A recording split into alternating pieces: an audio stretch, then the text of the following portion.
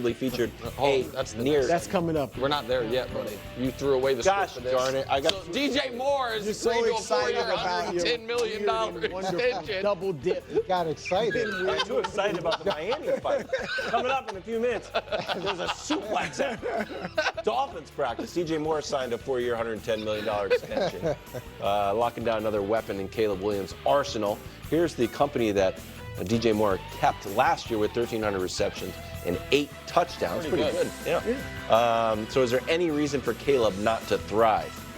Well, I don't think so. Listen, as is the case with a lot of quarterbacks, you'd like to have a slightly better offensive line, but I don't think it's a disaster offensive line. Right. I really like their right tackle. You like their center, and then they're going to, they're trying to work in progress on the other spots, but there's very few teams like the Lions and the Eagles have great offensive lines left to right, and then everyone else, there's spots you don't love. I think he is, at a minimum, walking into the best situation of any #1 overall pick since Andrew Luck, and maybe of any #1 overall pick at the quarterback position ever, because they weren't the #1. They didn't have the worst record in football. Carolina did. And then they add Rome Odunze. They bring in DeAndre Swift. And so I don't love that he doesn't have an offensive-minded head coach, but they brought in the offensive coordinator from Seattle that people like a lot, to help there. So I think Caleb is a blue chip 10 out of 10 on the talent scale. And I think what also helps him, coach, is when you come into a franchise who has never had a player throw for 30 touchdowns, never had a player throw for 4,000 yards, just good play will be met with, a damn near a parade. So, no, I don't think there is any reason that he won't have an excellent season if he's the player I believe that he is. He's coming into a really good situation, and the benefit of him having a defensive-minded head coach is last year when Matt took it over, the defense got a lot better. The thing that Caleb has to understand is he doesn't have to go out and make plays every single play. He doesn't have to go out and try to do what he had to do in college, which is constantly generate points, give him a chance because they're getting beat up so much. This is a totally different format, and he's also got to take a leadership role. These are men. These are people with families, and just because you've been anointed the Savior doesn't mean that you are the Savior. You've got to go prove to those guys that you merit the pick that they gave you and the responsibility that they gave you, and you've got to do that not only by making plays, but also being able to lead and be mature. Look, I like Caleb a lot. I think he'll be great one day, but I think there are definite reasons he won't thrive this year. I think #1 is he's a rookie. C.J. Stroud is the exception, not the rule. Trevor Lawrence was as touted as Caleb, and obviously I know he went into a bad situation, but even the last 2 years, he's been good, but not phenomenal. All right, Bryce Young, and I know he wasn't Caleb Williams, but people loved him. He's smaller, but still, he struggled. Not a great situation, but he struggled as well. And I think being a rookie, I think more often than not, you take your lumps than you come out and light the league on fire. And I think the second reason, Nick, is the expectations, which you might be leading it, and others are looking at them as reaching the Super Bowl, which no rookie quarterback's ever done. So I think that people constantly saying he's in the best situation of a #1 pick, that is going to create expectations, and we know that can create more pressure. And even if he's good, even if they get to the playoffs as a wild card and maybe lose in the first round, which would be a nice season, a lot of people will be like, No, nobody will think that. Expectations are high. Thrilled with that. And they haven't had a winning season in a little while in Chicago, look, he is coming into a really good situation for a guy who's been drafted #1 overall. Quickly, because we've got to go to break and talk about that Dolphins story that is hot. How did your date go? Oh, it's Thursday night. Oh, it's Thursday? Yeah, third date with the Bears Super Bowl take. I'll let you know on Friday. What is? Brew. That does not work. That's for the next segment. The Bull fighting in Miami. A fight at Dolphins practice that reportedly featured a near suplex energized the team and might be a sign of a new identity for Miami. Bully ball. That would be beneficial, according to Tyreek Hill. I think the fight we had today was amazing. We needed that. Teams that I've been on that won, those teams fought. They're going to fight in the locker room. In fact, we're going to play ping pong. This is where you fight. Wild, so that's not in the quotes. That's not in the quote. I added that. Misquoting. I added the ping pong part. Brew, are you buying the fighting Dolphins? Tyreek knows. He knows they were break dancers last year. He wants this. But no, they're still going to be break dancers. And that's not all bad. Offensively, they're going to be entertaining. They're going to be exciting. It's going to be full-on shabadoo, turbo, crazy legs, whatever you want to call them. All right, it's going to be fun. But then, Coach, when it gets cold outside, you don't see the break dancers out there. No. All right? Or if somebody takes your cardboard, now you got some trouble. They're doing your spins and all that. So that's the issue. They are when the good teams that will come and take your cardboard, or in it's cold outside, it's hard to break dance. Mm-hmm. So that's when they'll have their problems. And this is really about the defense. I think the offense is going to be great, especially against mediocre to bad teams. But defensively, you lost Vic Fangio. Which, I know you got these two don't like Vic Fangio. They ran him Me out and Coach of town. Like he is a good defensive well, coordinator. they didn't think so. All right, Christian Wilkins, all right, Andrew Van Ginkel, those are arguably certainly two of their best defensive players. Now I do like the defensive backfield, but I just think up front. So I don't think they're going to be good enough defensively. Yeah. One of the things that you find as you talk to different people in analytics is they always point to which teams fight, because there's a definite correlation between your inability to control your emotions and the amount of games you win. That's exactly what you're looking for. Is all the empirical data of, hey, I can't get my head around my emotions. I'm going to fight someone with a helmet on, so therefore I must be tough. Yeah, it's seen it over and over again. All you're going to do is you're going to hurt somebody, you're going to hurt yourself, and it's not a badge of honor to not be able to gather your emotions in a situation where you're frustrated. It's the opposite. And what's Miami dealt with? They couldn't beat any playoff teams, right? They were 1-6 against playoff teams, and they were 10-1 against teams that weren't playoff teams. And having a fist fight or having something related to the UFC breakout, that doesn't help you. That doesn't help you at all. Counterpoint, I do think the last couple of years, league leader in training camp fights is Travis Kelce. So put that in the analytics crock pot and spin it around. That'll be really good. But so here's the thing. I think, because there was evidently Jaylen Ramsey gave an impassioned speech that the owner heard, and he kept talking about that we want to be the bully this year, and then other players quoted it. I think they are sick of the breakdancer label. I think the problem is, and Brew keyed on at least part of what I think, I just don't think they have enough good big people to avoid being, you know what I mean, break dancers, to use our parlance. I think their offensive line got worse in the offseason, and I know their defensive front seven got worse. And so, listen, I think they have a great or very good defensive backfield, and we know they have elite weapons, and we know Tua, in warm weather against bad opponents, can cook with those weapons. I just don't think they have the personnel to be a punch-you-in-the-mouth team, figuratively, not literally. And I think that works against them. Is Kansas City fighting enough to three-peat? Well, I don't – listen, I know you're joking. I thought last year when Kelce kept punching people in practice, it showed they weren't resting on their laurels. Coach, they're so Coach was in it. I know. I told Coach yesterday. When were you I saw in it? you. Well, when Tony says I got to go say hi to the man genius. Oh, yeah. I got to go back and watch the whole series. How's it end? Today, the closing of the Cowboys Super Bowl window. Are fans already bailing on the Cowboys? It looks like it. Meanwhile, Saquon, a game changer. Some people say he's going to be Christian McCaffrey-esque. And one Eagle. Here.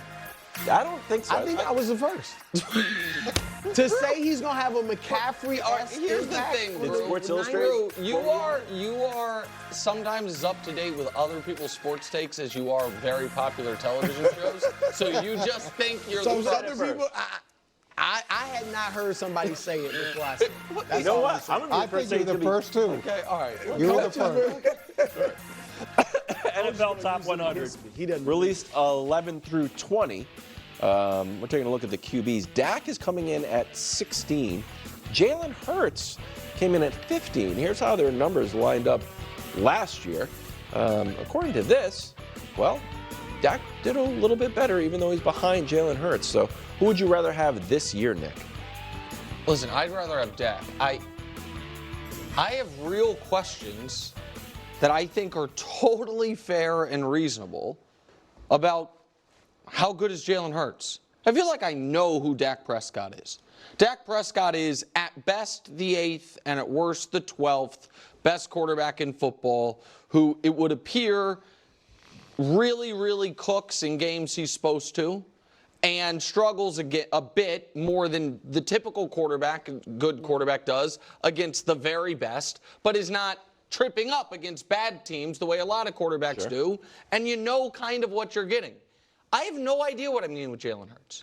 I know I'm getting good. I know exactly what I'm getting from him after the game and before the game. Great quotes. It's seemingly, good leadership, not just seemingly impeccable character by all accounts and by observation. But this is a player who I watched in college. I was like, that's not an NFL franchise quarterback. Who I watched his first year, his second year. I was like, not an NFL franchise quarterback. And last year, didn't look like an NFL franchise quarterback. However, that 1 year I didn't mention, year 3, was outstanding, and it culminated with the only excellent playoff game of his career, but that happened to be in the Super Bowl, where he was an A+, essentially, made one mistake. And so I just don't know what I'm going to get from that player. And so I think Dak had a better season. I think Dak has had a better career. And so I think Dak is the better player, even though I'd be nervous about paying Dak all that money. My reservations about Dak are well established. So for me, Brew, it's Dak Prescott. Look, I think that's fair, what you said. I do think Dak should have been rated ahead of, lower, I guess, than Jalen in this. Closer to 1. These rankings are odd. Terrible. Because most of the time, and they are going by what have you done for us lately? So Joe Burrow, because he was hurt, is 39th. Yeah. Aaron Rodgers is 92nd. Everybody seems to have been held to that standard except Jalen Hurts. I agree.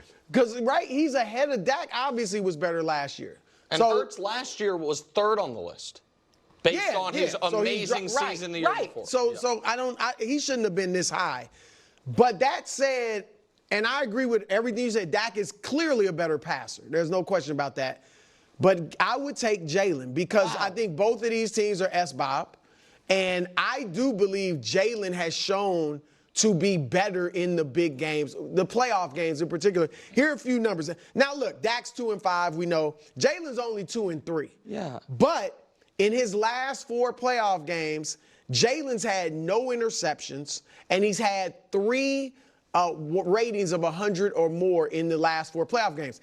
Dak, in his last 2 playoff games, has had 4 interceptions, and he's only had 2 times where he was 100 or more rating in 7 playoff games. Can I respond to that real quick, though? Because one of those 100-plus ratings, he threw for 150 yards in that blowout of the Giants. And so they're not putting it up as much, but I don't blame him for that. But another one, Brew, was nobody can argue that anyone on the Eagles, Jalen Hurts included, played well in that playoff game against the Bucs. Right. And I think his numbers 100 or looked like fine, that. but they were. I think they lost 32-9, and they looked out of it from the opening snap. So in my opinion, blown.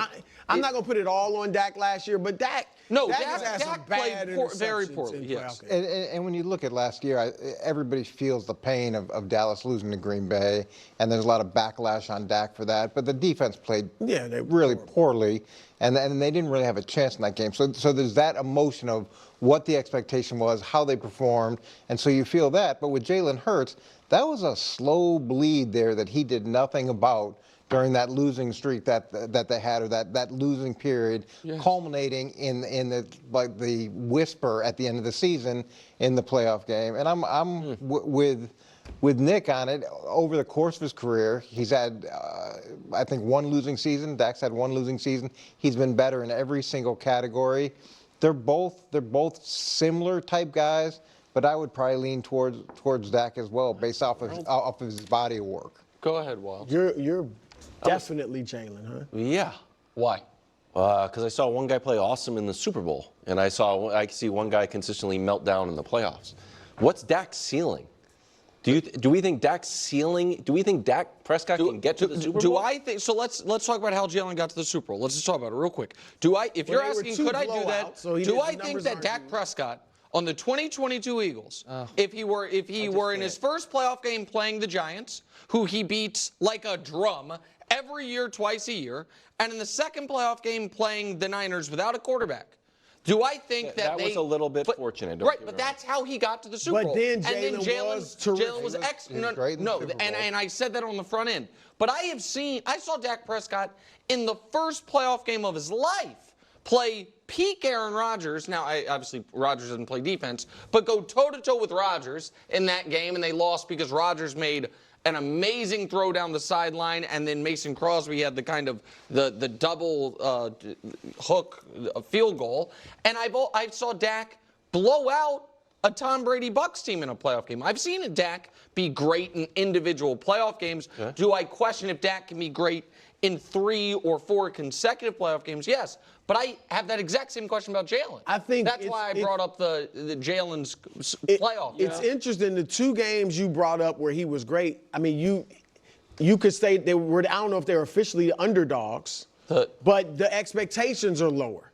The last few playoff games for Dak, the expectations have been high. Like, you're supposed to go out there and be great and win. And that's what he hasn't lived up to. Well, hold on. They didn't really have a chance against Green Bay the way that they were walking up and down on the defense. But I thought the offense didn't help either. Like, I agree that the defense was bad. Dak, to me, Dak was good in the second half when it was basically over. But we should, and again, I have been, I think, fairly critical of Dak. We should be fair about, prior to this year, what happened in the playoffs. The year before last, he beat Tom Brady, the Bucs. That was the scoring, boring playoff game. Yeah. And then they lost. The Bucs were not a good team. Say it again. Right. The Bucs were not a good team. The Bucs were averaging like 19 points or something. Right, and they were, I think, in the playoffs because they had a pretty good defense all year, and the Cowboys annihilated. I know, but were they above 500 that year? They were either 9-8 or 8-9. I don't know, but his last 2 playoff games against the Niners, you like what he's done? You also got to be worried about Jalen Hurts. He throws as many picks this year as he did the previous 2 years. You know, he got paid, and now the pressure's on him. He's trying to make plays, and now it's a turnover. This is a huge year for him because he's got all the weapons in the world. Well, that's the other piece of it. The other piece of it is that I do think Jaylen has been, the last couple years, in a better weapon situation than Dak has been in. I don't think that's very deniable. CD's excellent, but the Eagles have had the better offensive line. Cowboys have good offensive line. Eagles have had either the best or second best. The Cowboys have one great receiver. The Eagles have 2 great receivers, and the Eagles have had at least a slightly better running back situation than the Cowboys the last couple of years. So I just that again, I'm not trying to make excuses for Dak, but to say that he melts down in the playoffs, it's fair and not. When they have lost to the Niners the 2 years prior to this past year, the Niners were better than the Cowboys. This year, the Packers game, yes, the defense terrible. Dak also looked terrified, and to me that was a meltdown. I agree with that, but I don't think it's as simple as he plays poorly in the playoffs every game. Josh Allen makes his appearance on the list at number 12, down 4 spots from last year when he was at 8. Take a look at Josh's numbers last year. Total TDs, touchdowns, turnovers, 44 touchdowns, 22 turnovers. So too high, too low, or just right? So this, I'm fine with this. He's only going to be behind Mahomes and Lamar. We can show you, if we can, all the quarterbacks who have been ranked so you can see where they are. But Josh is, for the 4th consecutive year, going to either be the 3rd or 4th highest rated quarterback in the league. In fact, he moved up. In the previous 3 years, he has been behind Mahomes, Aaron, and Tom 3 years ago, Mahomes, Aaron, and Tom 2 years ago. Last year, he was behind Mahomes, Jaylen, and Joe Burrow. And this year, he's behind only Mahomes and Lamar. And this is why I feel like the whining from his GM about, oh, woe is Josh, he's so unfairly critiqued, is just nonsense. Every guy ahead of him, when this list comes out every year, has massive accomplishments that he has nothing close to. You're behind Mahomes, you're behind Aaron Rodgers, you're behind Tom Brady. It's a dozen MVPs between them, damn near, and literally a dozen or almost a dozen Super Bowls between them. When you're behind Jalen Hurts and Joe Burrow, it's because they've been to the last 2 Super Bowls. You're behind Lamar this year, he's won 2 MVPs. Like, Josh Allen is consistently considered the second or third best quarterback in football, when throughout history, in order to be considered that, you almost always had to have been in a Super Bowl or won a league MVP. And Josh is just like, oh, we think he'll do both of those one day. So, by the way, I'm fine with the ranking, but it just shows that Allen is always evaluated a little differently than we tend to evaluate other quarterbacks. And that he moved up is a little odd to me. But well, I'm totally fine. Yeah. He moved down.